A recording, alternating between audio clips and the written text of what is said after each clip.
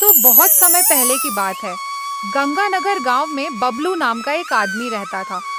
वह अपनी पत्नी जमुना और बच्चों के साथ रहता था। उसके दो बच्चे थे, लेकिन कुछ समय से उसका काम बंद पड़ा था।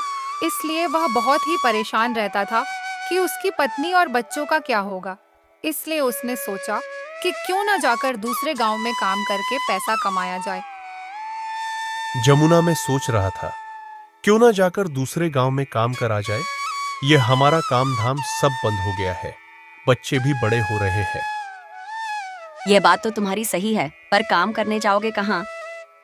अरे, ये पास ही के गांव में वहां कोई ना कोई काम तो मिल ही जाएगा।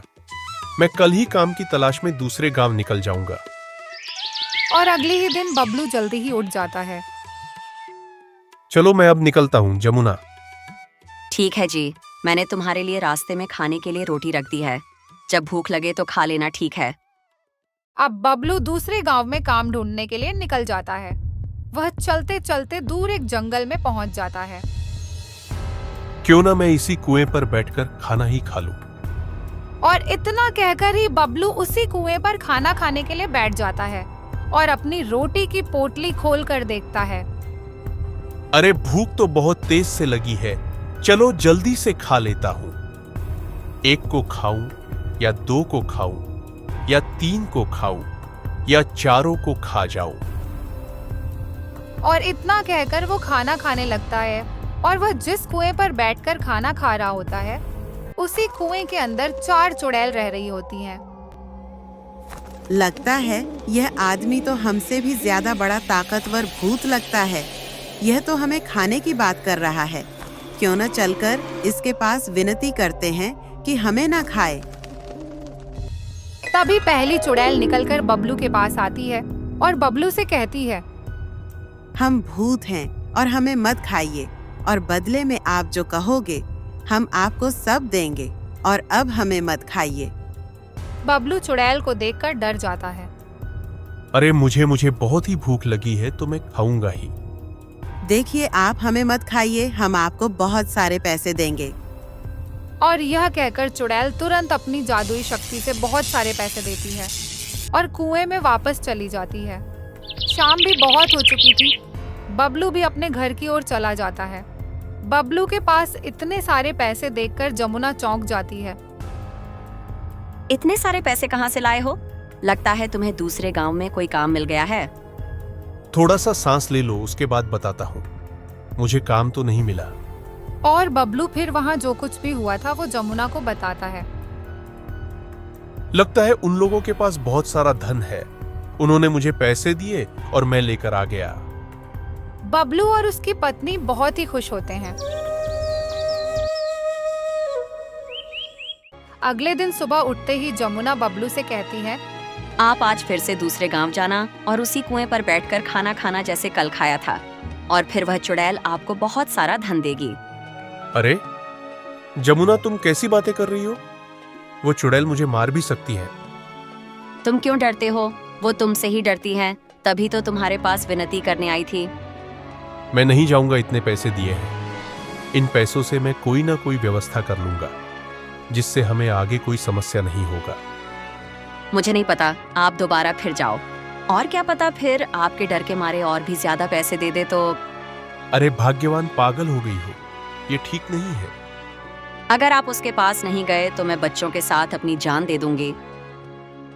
बबलू अपनी पत्नी की बात सुनकर कुएं पर जाने के लिए तैयार हो जाता है और काम की तलाश में दूसरे गांव जा रहा होता है।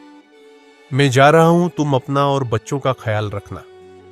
जी ठीक है, मैंने तुम्हारे लिए रास्ते में खाने के लिए रोटियां रख दी हैं। रोटियां लेकर बबलू काम की तलाश में निकल जाता है और वह जंगल के रास्ते उसी कुएं पर पहुंच जाता है। और वह कुएं पर बैठकर खाना खाने लगता है और कहता है, एक को खाऊं, दो को खाऊं, तीन को खाऊं या चारों को खा जाऊं।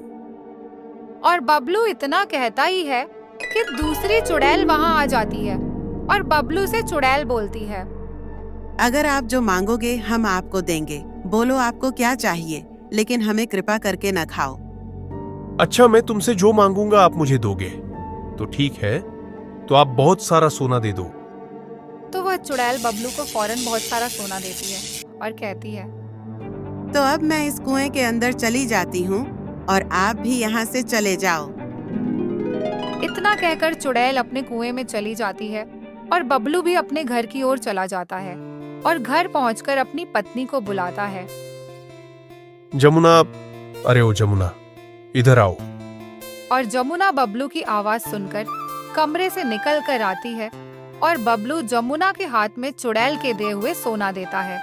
इतने सारे जेवरात देखकर जमुना की आंखें फटी की फटी रह जाती हैं और वह गहने को पहनकर बोलती है, ये तो मुझ पर बहुत अच्छा लग रहा है।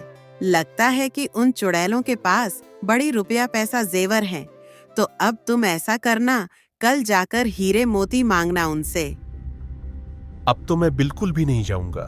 बार बार जाने पर मुझे वो मार भी सकती है, तो अब मुझे डर लग रहा है। मुझे कुछ नहीं पता, आपको जाना पड़ेगा, नहीं तो मैं बच्चों को लेकर अपनी जान दे दूंगी। मैं यह सब कुछ भी नहीं जानती। अगर तुम्हें मेरी और बच्चों की जान प्यारी है तो तुम्हें उनके पास जाना पड़ेगा। जमुना का लालच दिन ब दिन बढ़ता ही जा रहा था, पर बबलू अपनी पत्नी के धमकी के आगे बेबस और लाचार था। इसलिए बबलू अपनी पत्नी की बात सुनकर अपनी बच्चों के खातिर चुड़ैलों के पास जाने को तैयार हो जाता है। और अगले ही दिन बबलू सुबह होते ही बोलता है, मैं काम के लिए दूसरे गांव जा रहा हूँ। ठीक है जी, मैंने आपके लिए रास्ते में खाना खाने के लिए खाना रख दिया है। जब आपको भूख लगे तो खा लेना।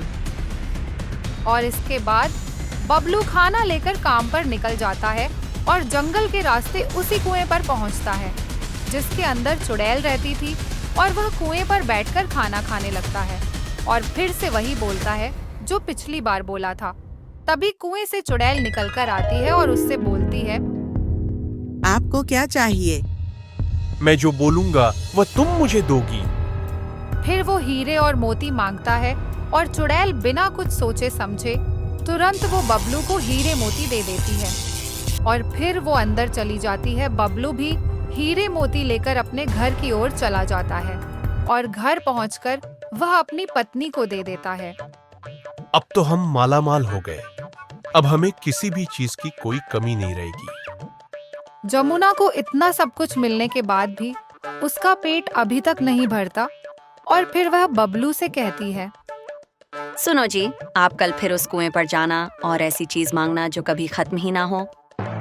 ओहो जमुना, ये तुम क्या कह रही हो? इतना सब कुछ हो तो गया अपने पास, अब और कुछ क्यों चाहिए तुम्हें? और हाँ, अब मैं कभी नहीं जाऊंगा, तुम कितना भी बोलो। नहीं, बस एक आखिरी बार और चले जाओ, और अगर नहीं गए तुम तो मैं बच्चों के साथ नदी में कूदकर अपनी जान दे दूंगी। फिर रहना अकेले। बबलू अब सिर्फ अपने बच्चों के बारे में सोचकर जमुना की बात सुनकर मजबूर होकर कुएं के पास जाने को तैयार हो जाता है। और अगले दिन, जल्दी करो, आपको दूसरे गांव में नहीं जाना है क्या? और मैंने आपके रास्ते के लिए रोटियां खाने के लिए रख दी है। और इतना सुनते ही बबलू उठकर और रोटियां लेकर दूसरे गांव की ओर चल देता है।